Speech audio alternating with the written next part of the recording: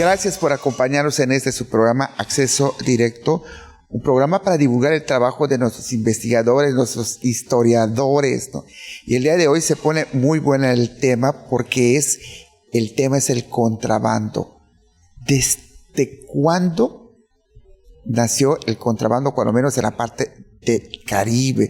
Y por eso tengo el gusto de entrevistar a la doctora e historiadora María Fernanda Valencia Suárez con el tema Disputas inglesas por el comercio en el Golfo Caribe Español 1655-1750. Doctora, para empezar, para comprender a los personajes, ¿es lo mismo un pirata, un contrabandista, un corsario y un filibustero?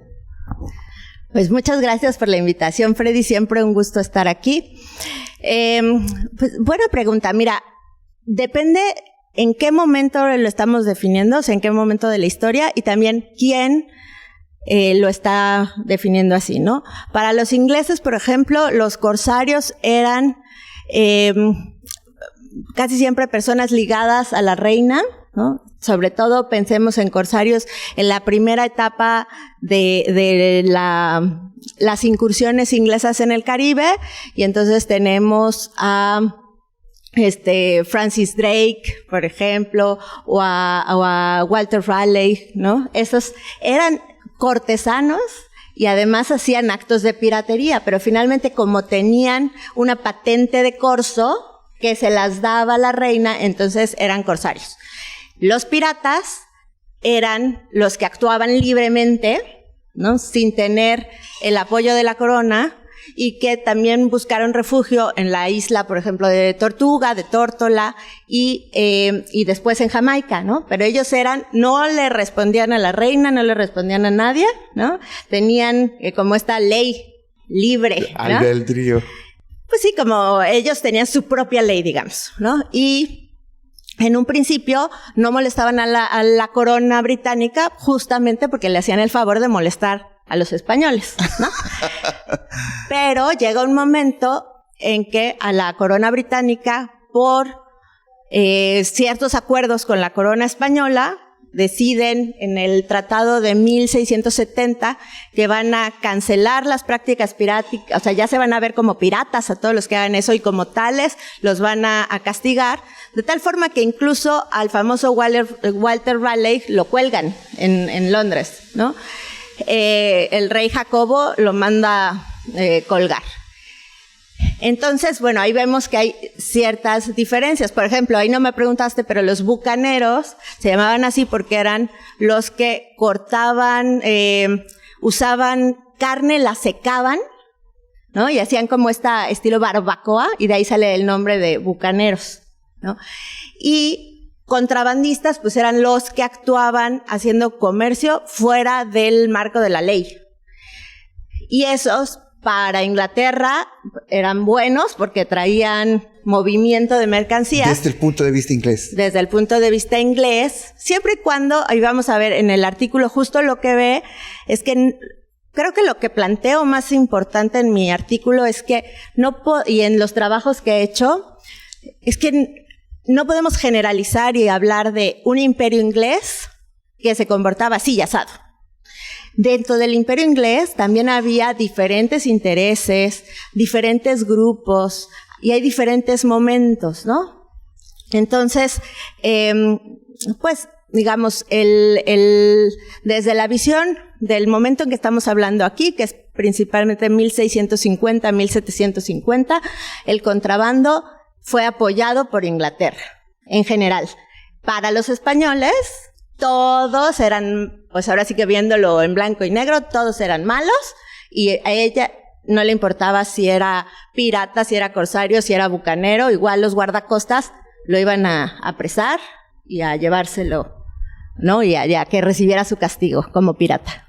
Doctora, ¿por qué los imperios no españoles trataban de combatir el monopolio de la región en el Gran Caribe?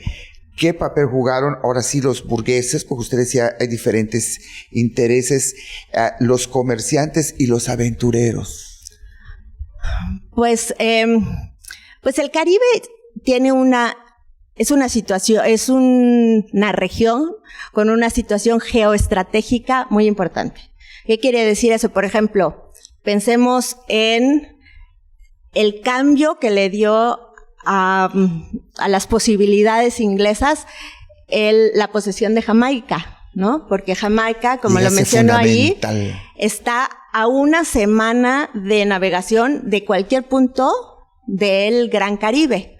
Y los barcos que salían tanto del Perú como de la Nueva España, o sea, Cartagena de Indias o de Veracruz, cargados de oro y plata, ahora sí que como las piñatas, ¿no? De la canción, pero que iban cargados de oro y plata, tenían que pasar forzosamente por el Caribe, para de ahí agarrar el Atlántico, ¿no? Entonces ya fuera por Cuba, o algunos se bajaban más, tratando, pues, o sea, hubo varias estrategias de los españoles para impedir que los asaltaran, ¿no? Entonces, unas eran tratando de cambiar su trayectoria, otra era esperar y salir ahora sí que en convoys, para salir muchos juntos, ¿no? Pero cuando ya estuvieron ubicados ahí los ingleses, fue que pudieron, o sea, no tenían que salir desde Inglaterra e irse a esconder en algún lugarcito, sino que ya tenían su base.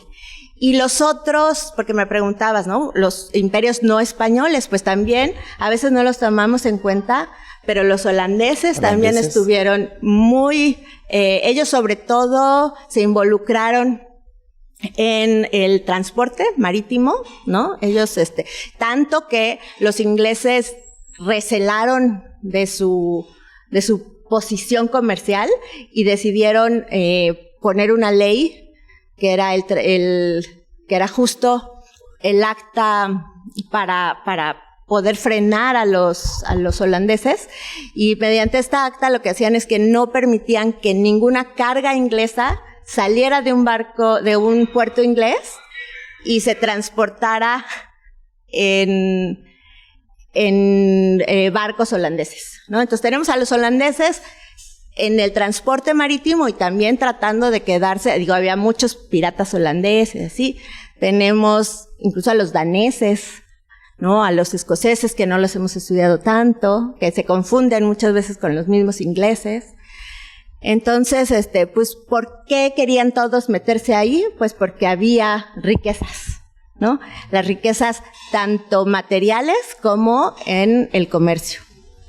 Nos vamos a un corte comercial y regresamos.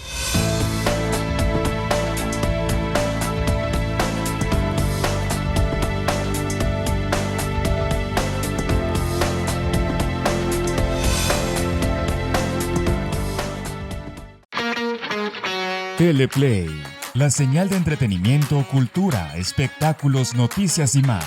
Emitiendo desde Mérida, Yucatán. Disponible en teleplay.tv, servicio de Roku y aplicación gratuita para Apple y Android. Ahora también presente en las ciudades de Tizimín y Valladolid a través de sistema de cable. En Quintana Roo, la señal de Teleplay está disponible en Cozumel a través de cable de Cozumel y en Playa del Carmen a través de cable Riviera Maya. Esto es Teleplay.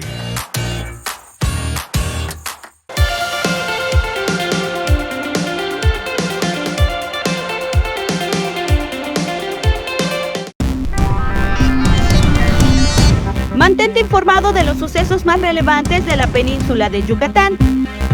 De lunes a viernes en punto de las 2:30 de la tarde y repetición a las 6 de la tarde a través de nuestra app y redes sociales. Solo por Teleplay.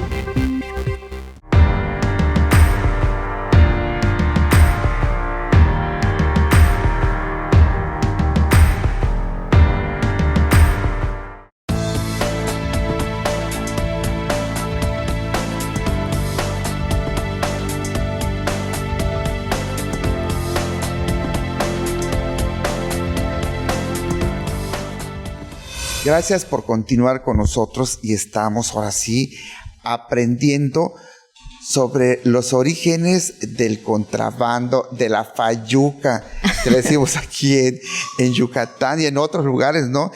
Y estamos platicando sobre las disputas inglesas por el comercio en el Golfo Caribe Español 1655 y 1750, y por eso tengo el gusto de platicar con la doctora María Fernanda Valencia Suárez. Doctora, ¿cómo y qué estrategias utilizaban los ingleses para incursionar en los litorales del Golfo de México y de las costas del Caribe? Ellos se establecieron en reductos, nos comentaba usted, no tan extensas, y sí dominaron o incursionaron en bastantes litorales. Es ahí donde empieza el contrabando. Lo que es interesante, ¿qué es lo que hace que surja el contrabando? Y creo que eso es aplicable a lo que pasa hoy con los mercados. ¿Por qué hay mercado negro? ¿Por qué hay contrabando? ¿Por qué hay piratería? Pues porque hay una demanda, ¿no? Entonces tenemos que en ese momento estaba muy controlado el comercio que llegaba de Sevilla o que salía de Cádiz, que llegaba a Veracruz. Y normalmente lo que llegaba a Veracruz se iba a la Ciudad de México, y entonces muy poquitas cosas lograban llegar a lugares alejados y más difíciles de conectarse, pues como la península de Yucatán o Centroamérica. Entonces, aquí había élites que también querían tener acceso, por supuesto que a productos básicos, pero también a productos de lujo. Y ese fue un nicho de mercado que encontraron pues los mercaderes, los comerciantes ingleses. Como sabemos, la corona tenía muy establecidas las leyes o la reglamentación de quién podía mandar cargamentos y quién podía venir a la Nueva España y vender. Entonces, había cuestiones ya de tratar de saltarse esas regulaciones desde Sevilla. O sea, había quienes metían su mercancía con sellos falsos, ¿no? Entonces ya podemos descubrir ahí ya ingleses que, claro, siempre se necesitan dos partes, ¿no? Y entonces había los sevillanos que sí tenían el permiso de mandar mercancía y que la sellaban como si fuera suya, cuando era pues del compadre, ¿no? Entonces, eso ya empezaba por un lado. Y por el otro lado, pues había gente aquí que quería tener acceso a las mercancías, y que la forma de obtenerlas pues era no esperando a que llegara el convoy, que quién sabe cuándo iba a llegar el próximo año desde Ciudad de México, desde Veracruz, sino pues yendo hacia la costa, fuera a Campeche, a Bacalar, a reunirse en puntos que ya se sabía de boca en boca que venían los ingleses o los holandeses, ¿no? Y se comunicaban por luces. Sí, había cartas, invitaciones. Y es muy importante también mencionar que muchas de estas prácticas las conocía la corona española. Y no solo no hacía nada por lo difícil que sería montar como todo un pues que será como una política contra el contrabando, ¿no? Excepto cuando sí decidía mandar a los guardacostas o algo así, pero en general sabían que estaban pasando las cosas. Era un mal necesario. Pero también que era la única forma de que los pobladores de estos lugares apartados tuvieran acceso a pues bienes que necesitaban. Entonces, como dices, se veía como un mal necesario, siempre y cuando no se pasaran de listos, ¿no? O sea, de repente sí vemos y encontramos en los archivos cartas donde dice, oye, Juanito y fulanito son ingleses y están contrabandeando en Campeche. Atrápalos, ¿no? O sea, ya, se les acabó la suerte. O supimos de tantos ingleses que van a llegar y eso sí, espérenlos y llévenselos. Pero en general, pues como también participaba la población y como dices, encontré en un archivo una nota muy interesante que cuenta justamente Nathaniel Uring, cuenta cómo se disfrazaban los comerciantes de campesinos, dicen de pobres, iban con las mulas y en las mulas llevaban los sacos de dinero, pero les ponían hasta arriba, pues, de semillas o paja, para que si se encontraban, ahora sí que a los agentes, ¿no?, de la corona, les mostraran que eran puras semillas y que ellos eran pobres. Pero en realidad iban a encontrarse en un punto en la costa con los ingleses, ¿no?, que ya sabían dónde. Y lo interesante es que este comercio era redituable, pues, tanto para los que compraban, ¿no? Y que después ellos mismos lo volvían a vender, o era para su consumo, y también, sobre todo, que se fue creando una élite comerciante en Jamaica que vivía de eso. Doctora, Jamaica fue fundamental para el comercio inglés, no, para el contrabando, y ahí usted hablaba de alguien especial, ¿no? Del plan de Cromwell, instalarse en algunas islas en el Caribe. ¿Para qué? Bueno, esa es una ventanita que me abre hacia otras investigaciones que he estado llevando a cabo, que tienen que ver con las intenciones y los planes de Inglaterra para adueñarse de la península de Yucatán, y que justamente tenían que ver con quitarle territorios a España, y les parecía que entrar por la península de Yucatán les permitía pues tomar poder en un enclave que estaba justo entre Perú y México. Y Cromwell había pensado, con su diseño occidental, que iba a llegar primero a la Española, lo que hoy es Santo Domingo y Haití, y de ahí iba a avanzar a Cuba, y de ahí iba a seguir a Yucatán, y de ahí iba a seguir, y decía que hasta México y después para abajo. Pero no pudieron ni con la Española, y entonces se retiraron a Jamaica, y fue como ahí había muy poca población española, entonces fue como el premio de consolación. Y al principio sí quedaron muy tristes los ingleses, hasta que se dieron cuenta que era un premio buenísimo, o sea, que finalmente tenía una situación estratégica muy buena, ¿no?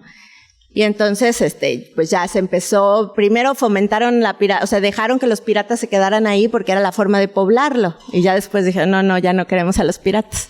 Ya las estorbaba, ¿no? Doctora, con el paso de los años, después de que la corona inglesa le diera protección a los piratas y asaltantes, ¿por qué perdieron los favores los piratas? Pero el comercio ilícito, libre, la corona inglesa, pues, lo veía bien, y la española, pues, no tanto. Nos vamos a un corte comercial y regresamos, doctora. Muy bien.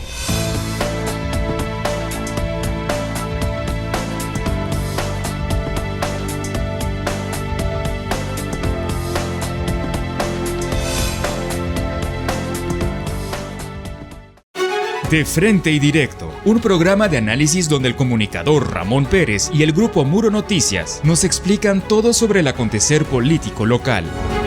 Te esperamos los viernes a las 7 de la noche en De Frente y Directo, por Teleplay.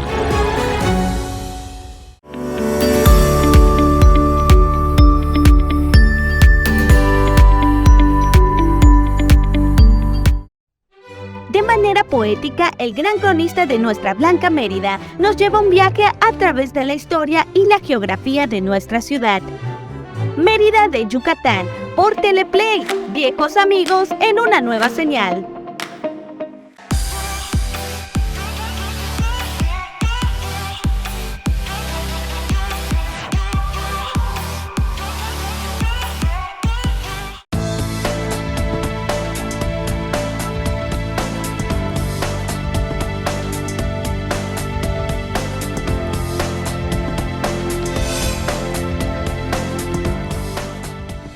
Gracias por acompañarnos en su programa Acceso Directo. Y estamos, ahora sí, la doctora nos está enseñando los orígenes del contrabando, y en este caso las disputas inglesas por el comercio en el Golfo Caribe español en los periodos 1655-1750. Y es la doctora María Fernanda Valencia Suárez.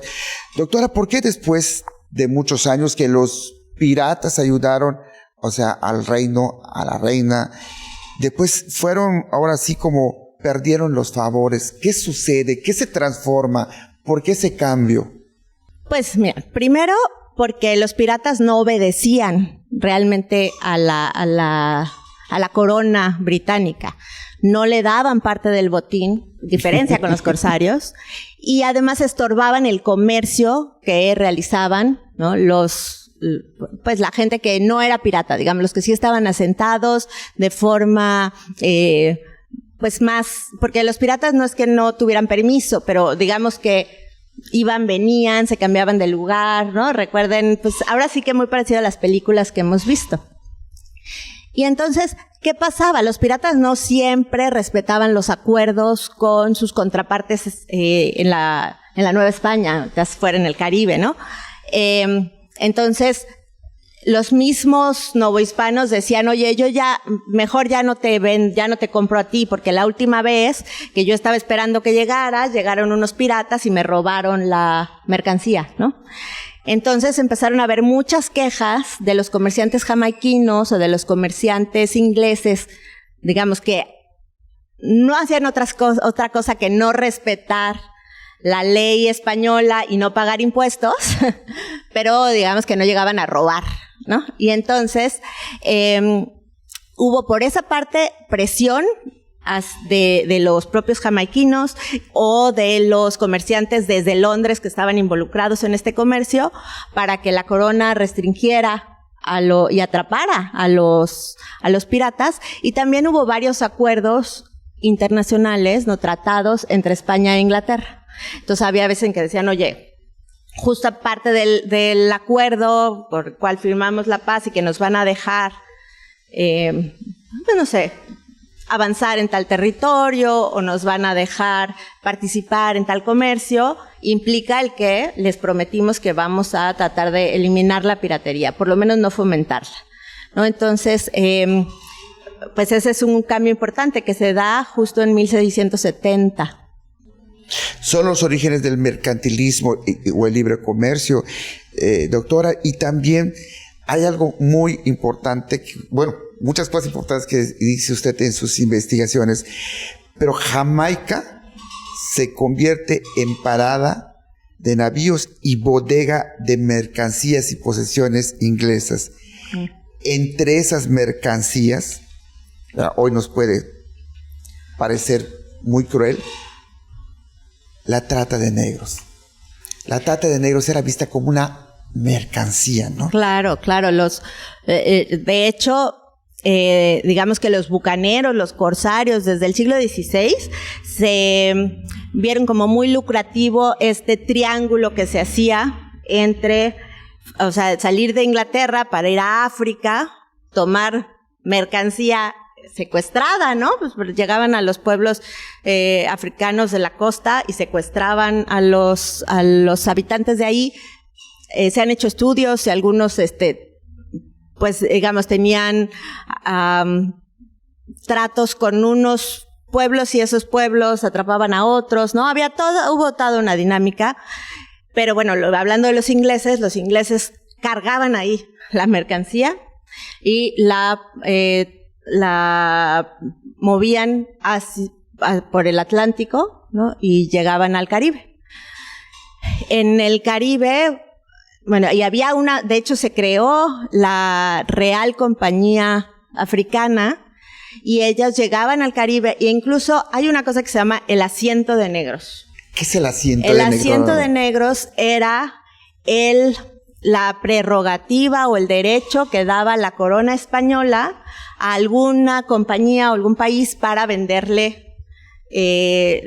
los esclavos en sus territorios de ultramar, ¿no? Entonces, cuando el asiento de negro lo tenían los portugueses, que fue casi siempre en el siglo XVI, y en el siglo XVII, entonces lo que hacían los ingleses era llegar y venderles a los portugueses, ¿no?